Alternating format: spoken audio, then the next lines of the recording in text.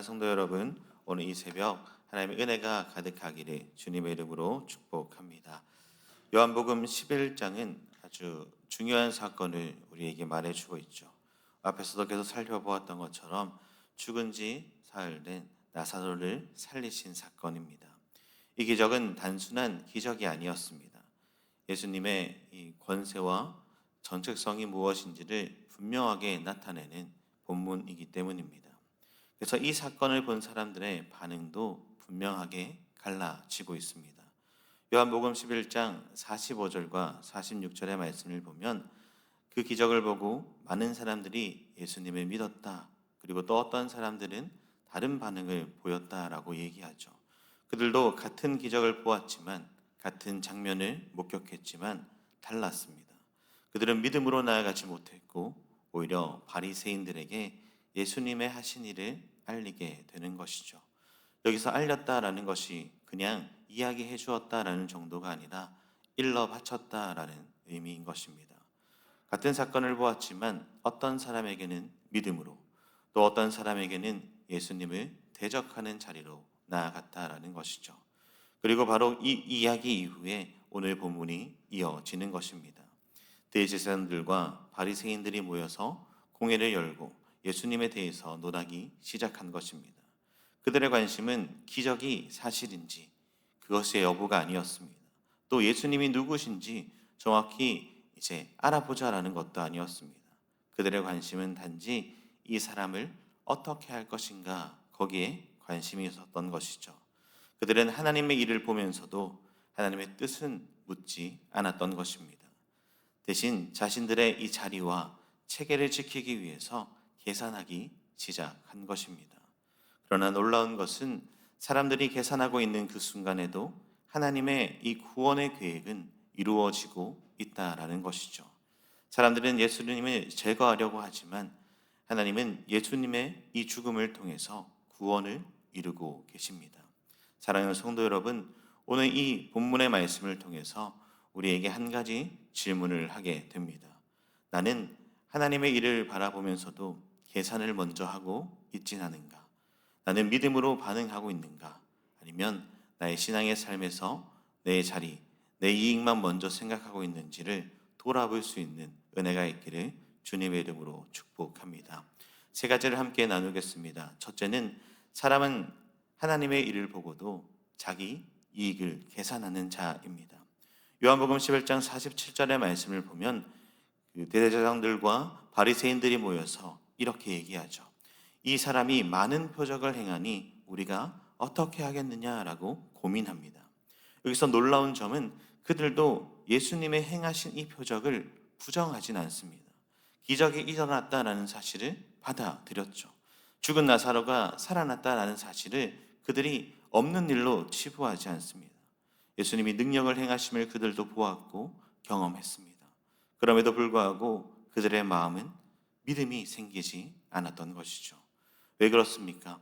그들은 표적을 보면서도 하나님의 뜻에는 관심이 없었기 때문입니다.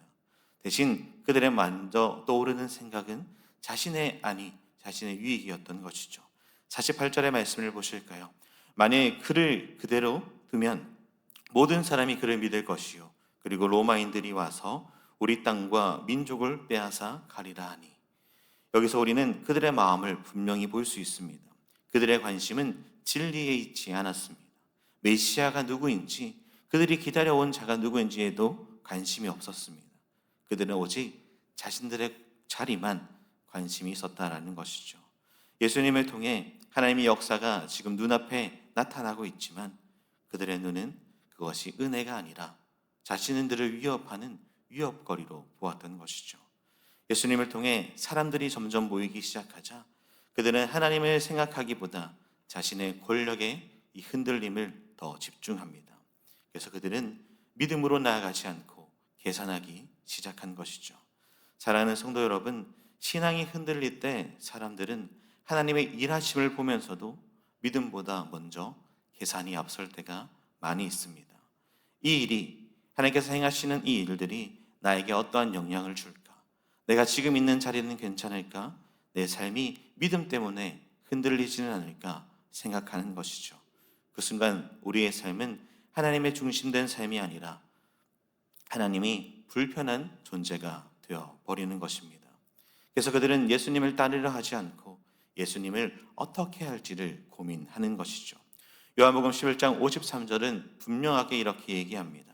이날부터 그들이 예수를 죽이려고 모의하니라 라고 말입니다. 기적을 본 사람들이 믿음으로 나아가긴커녕 오히려 예수님을 죽일 방법을, 내 눈앞에서 없앨 방법을 찾기 시작한 것입니다. 사랑하는 성도 여러분, 같은 기적을 보았지만 어떤 사람은 믿었고 어떤 사람은 계산했습니다. 같은 말씀을 듣지만 어떤 사람은 순종으로 나아가고 어떤 사람은 자기의 이익을 먼저 구하는 모습입니다. 사랑하는 성도 여러분, 오늘 우리의 신앙의 모습은 어떠합니까? 하나님의 일을 보면서도 내 계산이 먼저 앞서고 있지는 않습니까? 믿음 대신에 내 자리와 내 유익을 먼저 생각하는 삶은 아닙니까? 하나님의 역사를 보면서도 계산으로 나아가는 우리의 신앙이 아니라 믿음으로 나아갈 수 있는 우리 모두가 되기를 주님의 이름으로 축복합니다. 둘째는 하나님은 사람의 이 계산 속에서도 구원을 이루시는 분이십니다. 그때 그 자리에 있던 대제사장인 가야바가 입을 열게 됩니다. 49절과 50절의 말씀을 보시겠습니다. 그 중에 한 사람 그 해에 대제사장인 가야바가 그들에게 말하되 너희가 아무것도 알지 못하는도다. 한 사람이 백성을 위하여 죽어서 온 민족이 망하지 않게 되는 것이 너희에게 유익한 줄 생각하지 아니하는도다 하였으니, 가야바는 말은 매우 단호하죠. 지금 사람들이 고민하고 있는 문제, 예수님을 어떻게 할까라는 그 의문에 아주 간단하게 얘기합니다. 한 사람이 죽으면 된다. 예수님이라는 한 사람을 제거하면 민족 전체가 위험에 빠질 일이 없을 것이다 라고 얘기합니다. 그는 로마의 압제도 그럼 피할 수 있을 것이고 지금 자기가 가지고 있는 종교적인 이 체제들도 유지할 수 있을 것이고 자신들의 자리도 지킬 수 있다라고 말하는 것이죠. 이것은 믿음의 언어가 아니었습니다. 대제사장이었던 그가 철저하게 계산으로 그것을 이야기하는 것이죠. 그러나 그 다음 구절은 요한은 놀라운 해석으로 우리에게 보여주고 있죠. 우리 51절의 말씀을 함께 읽어볼까요? 51절입니다. 시작. 이 말을 스스로 함이 아니요 그의 대제사장이므로 예수께서 그 민족을 위하시고.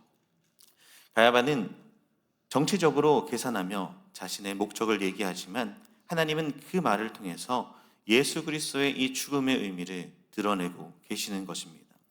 가야바는 자신의 이익을 위해서 예수님을 제거하겠다, 그러면 된다라고 얘기하지만 하나님은 이것을 통해서 대속의 은혜를 보여주시는 것이죠. 가야바 한 사람은 한 사람의 희생을, 그 죽음만 얘기하고 있지만 하나님은 그 한 분의 죽음으로 많은 사람을 살릴 계획을 가지고 계시는 것입니다. 그래서 성경은 더 나아가서 52절에 이렇게 얘기하죠.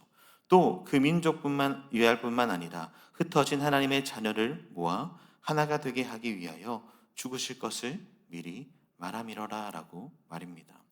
예수님의 죽음은 단지 한 민족을 위한 사건이 아니었습니다. 흩어져 있던 모든 하나님의 자녀들을 모으고 하나로 만드는 구원의 사건인 것이죠. 사랑하는 성도 여러분, 이 장면을 통해서 우리는 중요한 사실을 하나 보게 됩니다.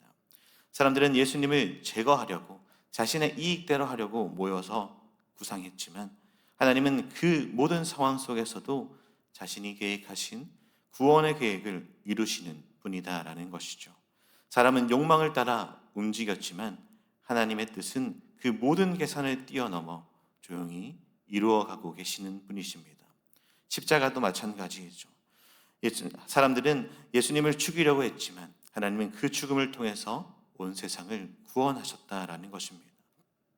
사람의 음모처럼 보였던 이 십자가, 그냥 단순히 사형 형틀의 그 십자가가 실상은 하나님의 구원의 계획이었다라는 것입니다.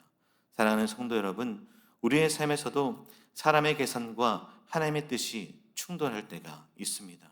그러나 우리는 기억해야 합니다. 사람은 계획이 흔들릴 수 있고 하나님을 막아서는 것처럼 보일지 몰라도 하나님께서 계획하시고 이루실 그 구원의 계획은 결코 막아지거나 흔들리지 않는다라는 사실입니다. 사람의 계산이 아니라 결국 하나님의 뜻을 이루시는 분이 하나님이시기 때문입니다. 그렇기에 오늘도 믿음으로 나아가면서 나의 뜻과 세상의 방법이 아니라 하나님의 뜻과 하나님의 계획을 신뢰하며 나아가는 저와 여러분들이 되기를 주님의 이름으로 축복합니다. 셋째는 그러므로 우리의 신앙은 계산이 아니라 믿음이 되어야 한다라는 것입니다. 사랑하는 성도 여러분, 오늘 본문을 보면 같은 사건 앞에서도 전혀 다른 모습임을 우리는 보고 있습니다. 어떤 사람은 나사로가 살아났다는 기적을 보고 예수님을 믿었고, 또 어떤 사람은 그 기적을 보고도 믿음으로 나아가지 못했습니다. 오히려 바리새인들에게 일러 바쳤죠. 같은 기적을 보았지만 어떤 사람은 믿음으로 반응하고 어떤 사람은 자신의 이익을 계산했던 것입니다. 대제사장들과 바리새인들도 마찬가지였습니다. 그들은 하나님의 능력을 보았으면서도 하나님의 뜻은 묻지 않았던 것이죠. 대신 그 일을 어떻게 하겠느냐, 자신의 이익을 따라 계산하고 행동합니다. 사랑하는 성도 여러분, 신앙의 가장 큰 위기는 하나님을 부정하는 데부터 시작되는 것이 아니라 하나님보다 나의 계산이 앞설 때부터 시작하는 것임을 꼭 잊지 마십시오. 겉으로는 신앙의 말을 하고 신앙 가운데 머물러 있는 것처럼 보이지만 속으로는 다른 생각을 하고 다른 모습을 바라본다면 그것이 위험의 시작이다라는 것입니다. 겉으로는 하나님을 말하지만 속으로는 자기의 유익을 말하는 것만큼 위험한 신앙이 없다라는 것이죠. 그때 우리의 신앙은 겉과 속이 다른 신앙이 되고 말 것입니다. 그러므로 사랑하는 성도 여러분, 우리는 스스로에게 오늘 물어보아야 합니다. 나는 지금 무엇을 따라 살아가고 있는가? 이 질문이 우리의 삶에 끊임없이 되새겨져야 합니다. 믿음을 따라 살아가고 있는가? 아니면 계산을 따라 살아가고 있는가? 하나님의 뜻을 신뢰하며 나아가고 있는가? 아니면 내 생각과 유익만을 쫓아 신앙을 이용하고 있진 않은가라고 말입니다. 우리의 신앙이 계산이 아니라 믿음 위에 서고 자기의 이익이 아니라 하나님의 뜻을 발견하여 믿음으로 순종하며 나아가는 믿음의 삶 살아가기를 주님의 이름으로 축복합니다. 말씀을 맺겠습니다. 사랑하는 성도 여러분, 오늘 우리는 두 가지의 반응의 모습을 살펴보며 우리의 신앙을 점검해 보고 있습니다. 오늘도 그 당시의 삶과 다르지 않는 우리의 삶을 걸어가고 있죠. 여전히 하나님의 말씀은 들려지고 하나님의 뜻은 우리 가운데 펼쳐지고 있습니다. 그것을 바라보면서 우리가 그것을 믿음으로 받아들일 것인지 아니면 계산함으로 나아갈 것인지는 우리의 이 믿음의 선택이다라는 것입니다. 그렇기에 오늘 하루도 나아가며 하나님의 뜻이 무엇인지 하나님의 은혜가 어디에 있는지를 우리가 분별할 수 있는 은혜를 가져 믿음으로 한 걸음 한 걸음 나아가시는 저와 여러분들이 되기를 주님의 이름으로 축복합니다. 기도드리겠습니다.